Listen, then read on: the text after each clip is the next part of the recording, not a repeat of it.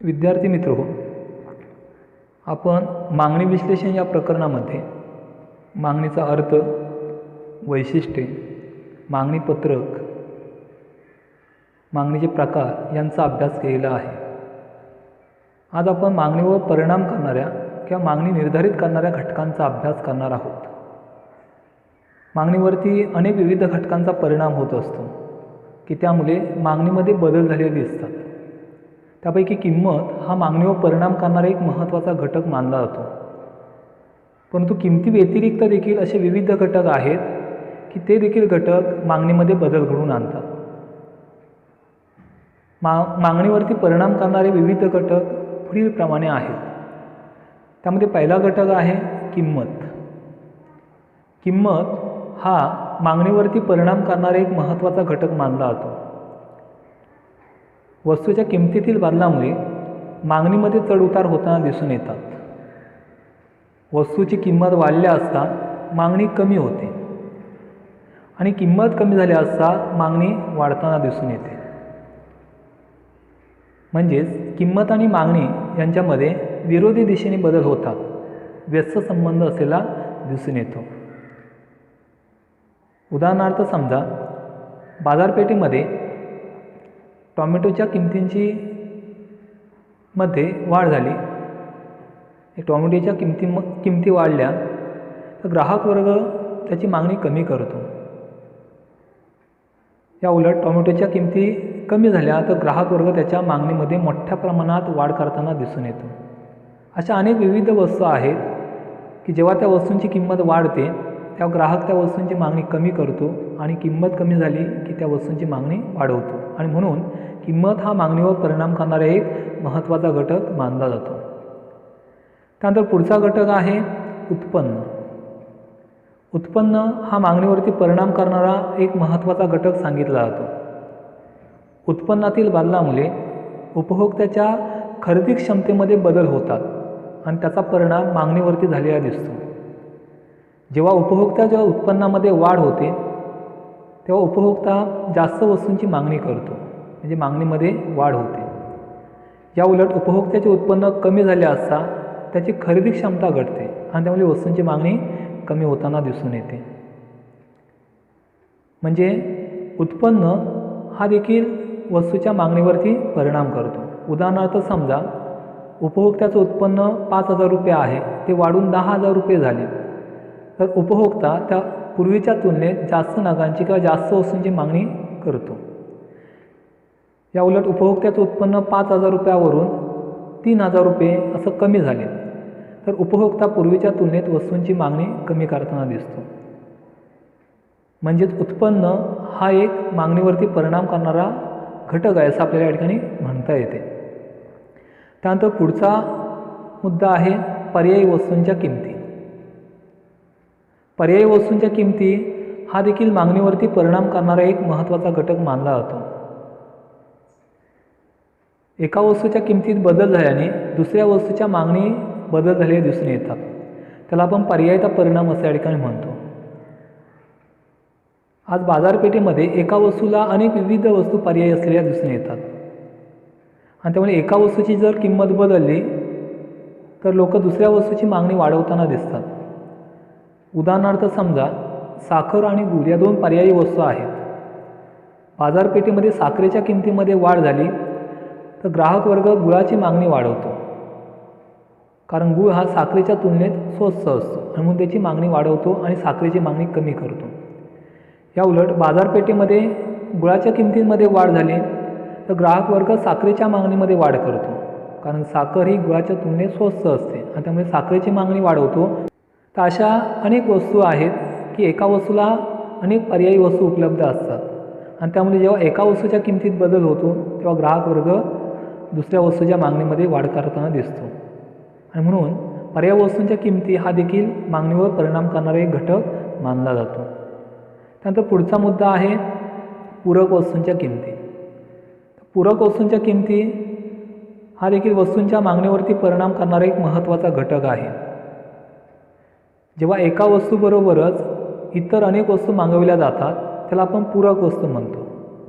म्हणजेच एखादी गरज पूर्ण करण्यासाठी जेव्हा 2 किंवा त्यापेक्षा अधिक वस्तूंची एकत्रित मागणी केली जाते तिला पूरक मागणी, त्यांना पूरक वस्तू किंवा संयुक्त मागणी असं त्याला म्हटले जाते. अशा अनेक वस्तू आहेत की एखादी विशिष्ट गरज पूर्ण करण्यासाठी त्या वस्तू एकत्रित मागवल्या जातात. तर उदाहरणार्थ समजा कार आणि पेट्रोल या 2 पूरक वस्तू आहेत. फक्त कार खरेदी केली तरी आपली जी वाहतुकीची गरज आहे ती पूर्ण होऊ शकत नाही, किंवा फक्त पेट्रोल खरेदी केलं तरी वाहतुकीची गरज पूर्ण होऊ शकत नाही. म्हणजे आपल्या वाहतुकीची गरज पूर्ण करण्यासाठी कार आणि पेट्रोल ह्या दोन्ही वस्तू एकाच वेळी खरेदी करणं किंवा त्याची मागणी करणं आवश्यक आहे. आता जेव्हा पेट्रोलच्या किमतींमध्ये वाढ होते तेव्हा कारची मागणी कमी होते, कारण पेट्रोलची किंमत वाढल्याने कारची मागणी करणं परवडणारे नसते आणि म्हणून लोक पेट्रोलची किंमत जेव्हा वाढते तेव्हा कारची मागणी कमी करतात. या उलट जेव्हा पेट्रोलच्या किमती कमी होतात तेव्हा कारच्या मागणीमध्ये वाढ झालेली दिसते, कारण पेट्रोल स्वस्त झाल्याने कार चालवणं लोकांना परवडणारे असतं आणि म्हणून लोक कारच्या मागणीमध्ये वाढ करताना दिसतात. म्हणजे एकंदरीत पूरक वस्तूंच्या किमतीनुसार देखील वस्तूंच्या मागणीमध्ये बदल झालेला आपल्याला पाहायला मिळतो. त्यानंतर पुढचा मुद्दा आहे वस्तूचे स्वरूप. तर वस्तूच्या स्वरूपाचा देखील वस्तूंच्या मागणीवरती परिणाम झालेला दिसतो. जर एखाद्या वस्तूचा उपभोग अत्यावश्यक व टाळता येण्यासारखा नसेल तर त्या वस्तूची मागणी किमतीशी निगडीत न राहता स्थिर राहते. म्हणजे ती मागणी वस्तूच्या किमतीवरती अवलंबून राहत नाही. किमतीमध्ये कोणत्याही प्रकारचे जरी बदल झाले तर त्या वस्तूची मागणी स्थिर असलेली आपल्याला पाहायला मिळते. उदाहरणार्थ समजा रक्तदाब नियंत्रण करण्याचे औषध, म्हणजे एखाद्या व्यक्तीला रक्तदाबाचा त्रास असेल तर तो रक्तदाब नियंत्रित ठेवण्यासाठी त्याला रक्तदाब नियंत्रित करण्याचे औषध आवश्यक असते. मग त्यामुळे या औषधाची किंमत वाढली किंवा कमी झाली तरी त्याची मागणी बदलत नाही, कारण ती त्याला आवश्यक वस्तू असते आणि ती जर वस्तू त्या व्यक्तीने उपभोगली नाही तर त्या व्यक्तीच्या जीवाला धोका असतो. तर वस्तूच्या स्वरूपानुसार इतर देखील गरजांचं आपल्या वर्गीकरण करता येतं. त्यामध्ये जीवनावश्यक वस्तू आणि चैनीच्या वस्तू असं देखील त्याचं वर्गीकरण आपल्याला सांगता येईल. जीवनावश्यक वस्तू या मानवी जीवनामध्ये खूप महत्त्वाच्या असतात, जीवन जगण्यासाठी त्या गरजेच्या असतात. त्यामुळे अशा जीवनावश्यक वस्तूंच्या किमतीमध्ये कोणत्याही जरी प्रकारचे बदल झाले तर त्यांची मागणी स्थिर राहते. उदाहरणार्थ अन्नधान्य, कपडे, औषधे इत्यादी. आणि ज्या चैनीच्या वस्तू आहेत या चैनीच्या वस्तू जीवन जगण्यासाठी अत्यावश्यक नसतात, म्हणजे या वस्तूंचा उपभोग आपण घेतला नाही तरी चालतो. आणि त्यामुळे या वस्तूंची जर किंमत वाढली तर ग्राहक त्या वस्तूंची मागणी कमी करतो आणि किंमत कमी झाली तर मागणी वाढवतो. म्हणजे वस्तूचे स्वरूप हे देखील वस्तूच्या मागणीवरती परिणाम करते. त्यानंतर पुढचा मुद्दा आहे लोकसंख्येचे आकारमान. लोकसंख्येच्या आकारमानाचा देखील वस्तूच्या मागणीवरती परिणाम झालेला दिसतो. देशातील लोकसंख्येचे आकारमान व रचना कोणत्या प्रकारचे आहे त्यानुसार मागणी कमी जास्त होते. देशातील लोकसंख्येचा आकारमान जास्त असेल तर वस्तूंची मागणी वाढते आणि देशातील लोकसंख्येचा आकारमान कमी असेल तर वस्तूंची मागणी कमी होते. तसेच लोकसंख्येचं वयोगटानुसार केलेलं वर्गीकरण. जर एकूण लोकसंख्येमध्ये लहान मुलांची संख्या जास्त असेल तर लहान मुलांना ज्या वस्तूंची आवश्यकता असते, उदाहरणार्थ दूध, शाळेउपयोगी वस्तू, तर त्यांची मागणी वाढताना दिसते. या उलट एकूण लोकसंख्येमध्ये स्त्रियांचं प्रमाण जास्त असेल तर स्त्रियांना ज्या वस्तूंची गरज असते अशा वस्तूंची मागणी वाढते. तसेच एकूण लोकसंख्येमध्ये पुरुषांचं प्रमाण जास्त असेल तर पुरुषांना ज्या वस्तूंची गरज असते त्या वस्तूंची मागणी वाढते. म्हणजे लोकसंख्या हा घटक देखील वस्तूंच्या मागणीवरती परिणाम करतो. देशाच्या लोकसंख्येमध्ये वाढ झाली तर वस्तूंची मागणी वाढते आणि लोकसंख्या जर कमी झाली तर वस्तूची मागणी कमी करते. त्यानंतर पुढचा मुद्दा आहे भविष्यकालीन किमतीचा अंदाज. वस्तूंच्या किमतीविषयी ग्राहकांचे भविष्यकालीन अंदाज कोणत्या प्रकारचे आहेत यावरती देखील वस्तूची मागणी अवलंबून असते. ग्राहकांचा अंदाज भविष्यामध्ये वस्तूंच्या किमती वाढतील असा असेल तर वर्तमान स्थितीमध्ये वस्तूची किंमत वाढत असतानाही मागणी वाढत गेलेली आपल्याला दिसून येते. या उलट भविष्यामध्ये वस्तूंच्या किमती कमी होतील असा ग्राहकांचा अंदाज असेल तर वर्तमान स्थितीमध्ये वस्तूंची किंमत कमी होत असतानाही त्याची मागणी कमी होते. तर उदाहरणार्थ समजा ग्राहकांना कांद्यांच्या किमती भविष्यामध्ये वाढतील असा अंदाज आहे. उदाहरणार्थ सध्याच्या परिस्थितीमध्ये कांद्याची 1 किलोची किंमत 20 रुपये आहे आणि ही भविष्यामध्ये वाढून 50 रुपये होणार आहे असा ग्राहकाचा अंदाज असेल. तर अशा स्थितीमध्ये 20 रुपये किलोची किंमत 25 रुपये, 30 रुपये, 35 रुपये जरी झाली तरी ग्राहक वर्ग कांद्यांची मागणी वाढवत गेलेला दिसून येईल. कारण भविष्यामध्ये याच कांद्यांना 1 किलोला 50 रुपये मोजावे लागणार आहेत. या उलट ग्राहकांना कांद्यांच्या किमती भविष्यामध्ये कमी होतील असा अंदाज असेल. म्हणजे 20 रुपयाची 10 रुपये किलो कांदा होणार आहे असा अंदाज असेल. तर वर्तमान स्थितीमध्ये कांद्याच्या किमती 20 रुपयावरून 15 रुपये, 12 रुपये, 11 रुपये अशी कमी झाली तरी त्याची मागणी कमी होईल. कारण भविष्यामध्ये तोच कांदा 10 रुपये किलोने मिळणार असतो आणि त्यामुळे त्याची मागणी कमी होईल. थोडक्यात ग्राहकांचा वस्तूंच्या किमतीविषयी भविष्यकालीन अंदाज कोणत्या प्रकारचा आहे त्यानुसार मागणीमध्ये बदल होतात आणि म्हणून हा देखील मागणीवर परिणाम करणारा एक घटक मानला जातो. त्यानंतर पुढचा मुद्दा आहे जाहिरात. तर जाहिरात हा देखील वस्तूच्या मागणीवरती परिणाम करणारा एक महत्त्वाचा घटक मानला जातो. आज रेडिओ, दूरदर्शन, वर्तमानपत्र या माध्यमातून वस्तूंची मोठ्या प्रमाणात जाहिरात केली जाते आणि ज्या वस्तूंची जाहिरात केली जाते त्या वस्तूंच्या मागणीमध्ये वाढ झालेली दिसून येते आणि ज्या वस्तूंची जाहिरात केली जात नाही त्या वस्तूंची मागणी कमी होते. वस्तूंची जाहिरात केल्याने ती वस्तू ग्राहकांपर्यंत पोहोचते आणि या जाहिरातीच्या माध्यमातून वस्तूंचे उपयोग आणि त्याची गुणवैशिष्ट्ये या ठिकाणी सांगितली जातात. त्यामुळे या जाहिरातींना ग्राहक वर्ग बळी पडतो किंवा त्या जाहिरातींना भुलतो आणि त्यामुळे वस्तूंच्या किमती वाढत असताना देखील उपभोक्ता किंवा ग्राहक वस्तूंची मागणी वाढवतो आणि म्हणून जाहिरात हा वस्तूंच्या मागणीवरती परिणाम करणारा एक महत्त्वाचा घटक आहे असं आपल्याला सांगता येईल. त्यानंतर पुढचा घटक आहे आवडीनिवडी, सवयी व फॅशन. आवडीनिवडी, सवयी व फॅशन याचा देखील वस्तूंच्या मागणीवरती परिणाम झालेला दिसून येतो. एखाद्या व्यक्तीला एखादी विशिष्ट वस्तू आवडत असेल तर अशा वस्तूची किंमत जरी वाढली तरी त्या वस्तूची मागणी वाढताना दिसून येते. परंतु जर ग्राहकाला ती वस्तू आवडत नसेल तर अशा वस्तूची किंमत जर कमी झाली तरी त्याची मागणी वाढत नाही तर उलट कमी होताना दिसून येते. म्हणजे आवडीनिवडीचा परिणाम वस्तूच्या मागणीवरती होतो. त्यानंतर सवयी हा घटक देखील वस्तूच्या मागणीवरती परिणाम करतो. काही उपभोक्त्यांना विविध वस्तू उपभोगण्याची सवय लागलेली असते. उदाहरणार्थ समजा एखाद्या व्यक्तीला चहा पिण्याची सवय लागलेली आहे तर अशा वेळेला चहाच्या किमतीमध्ये वाढ झाली तरी तो उपभोक्ता त्या वस्तूच्या मागणीमध्ये वाढ करतो, म्हणजे चहाच्या मागणीमध्ये वाढ करतो. तसेच काही लोकांना दारू, सिगारेट यांची सवय लागलेली असते. त्यामुळे अशा वस्तूंच्या किमती जरी वाढल्या तरी ज्यांना त्या वस्तू उपभोगण्याची सवय लागलेली आहे तर त्या वस्तूंची मागणी वाढताना दिसून येते.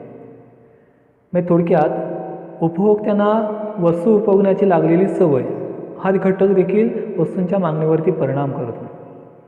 तसेच फॅशन हा देखील घटक वस्तूंच्या मागणीवरती परिणाम करत असलेला दिसून येतो. आज बाजारपेठेमध्ये नवनवीन फॅशनच्या वस्तू विक्रीसाठी येतात. अशा वस्तूंच्या किमतीमध्ये जरी वाढ होत असली किंवा वाढ झालेली असली तरी ग्राहक वर्ग त्या वस्तूंची मागणी वाढवतो. परंतु विशिष्ट कालखंडानंतर या वस्तू कालबाह्य होतात, जुन्या होतात आणि नवीन फॅशनच्या वस्तू मार्केटला येतात. त्यामुळे या कालबाह्य झालेल्या वस्तूंची मागणी तो कमी करतो. मग अशा वस्तूंची किंमत जरी कमी झाली तरी त्याची मागणी तो कमी करत नेतो.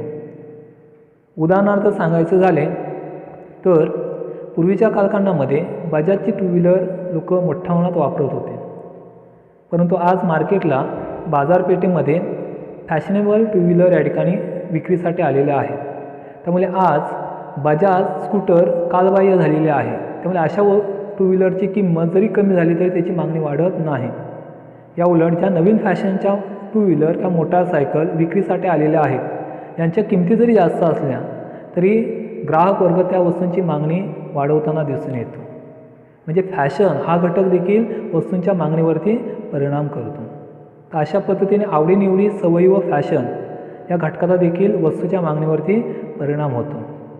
त्यानंतर पुढचा घटक आहे कर रचना. सरकारचे करविषयक धोरण हे वस्तूंच्या मागणीवरती परिणाम करते. सरकारने वस्तू व सेवांवरती जास्त कर आकारले तर वस्तू व सेवांच्या किमतींमध्ये वाढ होते आणि त्यामुळे वस्तूची मागणी कमी होते.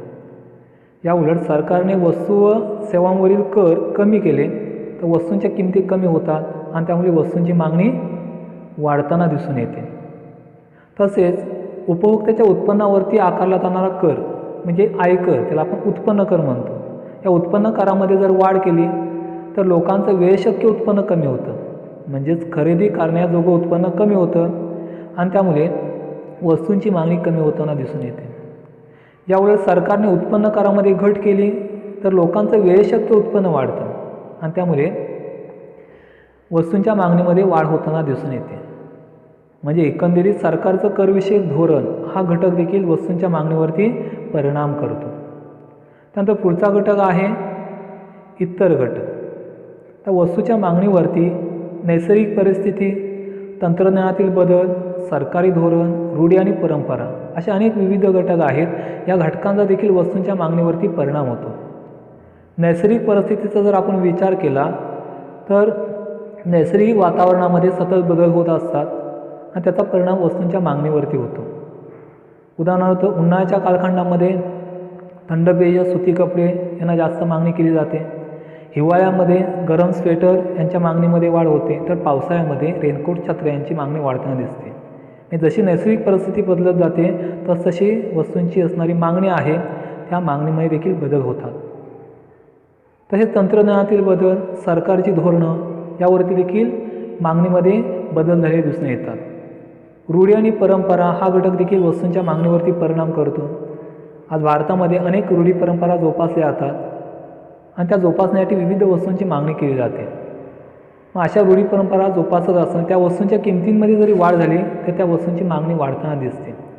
उदाहरणार्थ गणपती उत्सव या कालखंडामध्ये गणपतीच्या मूर्तींची किंमत आणि इतर साहित्य, अगरबत्ती, सफरचंद या वस्तूंच्या किमती त्या कालखंडामध्ये वाढलेल्या असतात. परंतु एक रूढी किंवा परंपरा जोपासण्यासाठी लोक त्या वस्तूंची मागणी वाढवताना दिसतात. म्हणजे रूढी परंपरा तर हा देखील घटक वस्तूच्या मागणीवरती परिणाम करतो.